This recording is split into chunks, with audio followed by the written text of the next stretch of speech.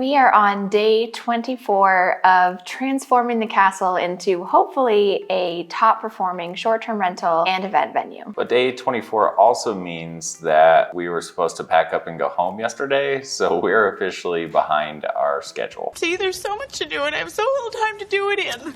We aren't too stressed about having to stay an extra week. We feel like we're in the home stretch and things are really starting to come together. Right now, it feels like we're in the staging phase of the setup versus the purging or the fixing phase that we've kind of already been through. But we do still have the turf project to finish. Yeah, there's a little bit of work outside, but we'll get that done. Before we get into those details, let's recap everything that we did get done since last week. In last week's update video, we told you about the concrete pathways that were being poured and also our plans for getting rid of all the furniture in the house. All the furniture is now gone. Might notice new dining table. We had one local charity who took all the good condition mattresses and is going to give those to people in need. And then another charity took all the furniture and decor that we wouldn't be using. Looking back now, the donation route was definitely the best decision. There was just so much inventory to take away. We kind of kept track and it took 4 guys about 10 hours of labor, so about 40 man hours to take and load and clear out everything from the house. If we were to have gone the estate liquidation route, well, first of all, we couldn't have done that because it wouldn't have fit in our timeline. But even if we did, I think that what we would have been able to get for it money-wise would be pretty low, considering the amount of effort that it took to get everything out of here. And then that person would have to then store it while they piece it all out and sell each thing individually. And with the donation route we took, we'll be able to deduct the charitable contribution at the end of the year when we do our taxes. That's a huge tax write-off. With all of the furniture finally cleared out, we were able to start setting up the rooms, but first we had to clean everything. The property was generally pretty clean when we got here, like no problems. We felt comfortable staying here. But once you start moving furniture, you see like dusty baseboards and the columns needed to be wiped down and dusted and just things like that before we could really start resetting everything. We also took down all of the curtains and chandeliers from each room, which we probably should have done before we cleaned because then we had to go back and clean again. We had 2 special visitors this week. The first was my mom. They had just gotten back from a long trip a few days prior and she texted me and asked if we'd like her to come. And we said, yeah, sure. And she said, okay, I'll be there tomorrow.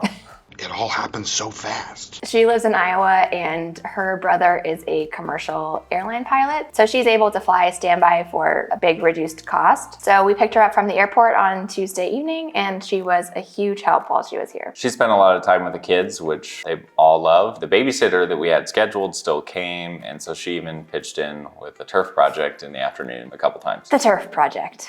I suppose we can talk about that. Glad we did it. Don't want to do it again anytime soon. At least not a complicated job like our front yard was. If you've been following along on Instagram with our daily updates there, you might have seen how intense that turf project was, but here's the full story. So we were so consumed with the big task of getting all of the furniture out of the house and how we were going to do that, that we kind of forgot that we had to at least go order the turf and get that whole process started. So one night we were like, oh shoot, we need to go do that tomorrow. I had done a good amount of research before we got here and I knew about this local distributor. That's where we were going to go. They are the local option with a lot of, inventory in stock. We at least knew that much. We drove to the warehouse one morning and we told them about our project and gave them our dimensions and our general budget. And the most limiting factor to our choice was the width of the rolls. I knew from a previous project that we'd done that 15 feet wide is the most common width of turf rolls. Sometimes you'll get 7.5 feet. This place also had 13-foot wide rolls. We needed a width of 22.5 feet. So ideally we would be able to purchase like a 15 and a 7.5 foot that we could use together, or 2 13-foot rolls that we could piece together, just so we'd have the least amount of waste and not paying for turf that we weren't going to use. At the store, they showed us what they had for 13-foot wide rolls, and we thought that was a good way to go. Gives us a little extra leeway in case things weren't,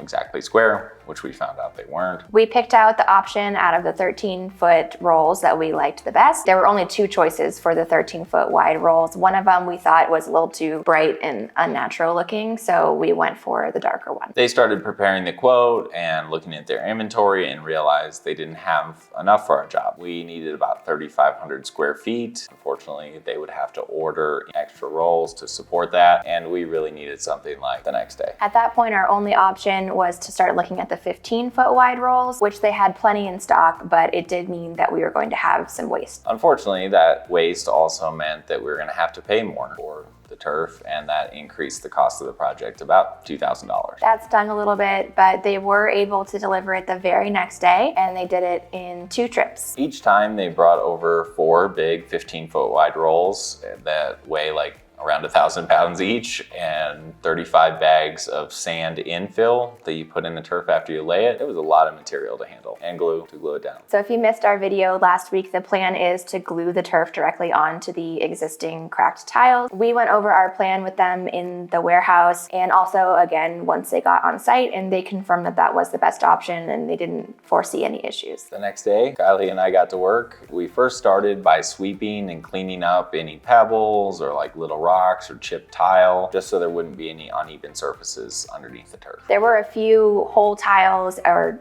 cracked pieces of tiles that we pulled out and then filled back in with sand so that it would be level. Then the hard part began. We started by unrolling the rolls and working on one quadrant of the front yard at a time, and each one of these rolls is about 35 to 40 feet long. So really heavy, really awkward, but we had to haul them into the place that they needed to be. The hardest part was having those planters in the middle of each quadrant. We had to unroll the rolls and then pull them into the right place, like lengthwise, and then in order to get them into the right place widthwise, we'd have to fold the roll like back on top of itself and then kind of drag it into the right width position. And once it's folded over on top of itself, it's really heavy, doesn't want to slide, and really hard to get a grip on. The grip was the hardest part. On the ends, you could kind of like roll it on top of itself around your arm and yank it that way. But when it's like this thick, you're just like clawing at it. This better be worth it. The second section of each quadrant was a little bit easier because we had to cut each roll in half before we would drag it over. So it only weighed 500 pounds instead of 1,000. We worked all day from morning till night for 2 straight days, and it was pretty hard labor. We were tripping and falling. Our hands had blisters. Our necks were sunburned. We were sore. But when we finished that first quadrant and sat down and looked back at the castle and admired our work, it was just motivation to just keep cranking it out. And aside from it being hard work and exhausting, we found it to be kind of an interesting challenge. It was like doing the biggest puzzle we've ever done, kind of mixed with some geometry, and we both liked those sort of mental challenges. So after 2 days of that manual labor, we got everything laid, it's in place, and we decided to kind of shift gears for a minute and do some work inside. We do still need to go back outside and do some trimming and some gluing and finish up the project. We took a day off and then we had some inclement weather. It was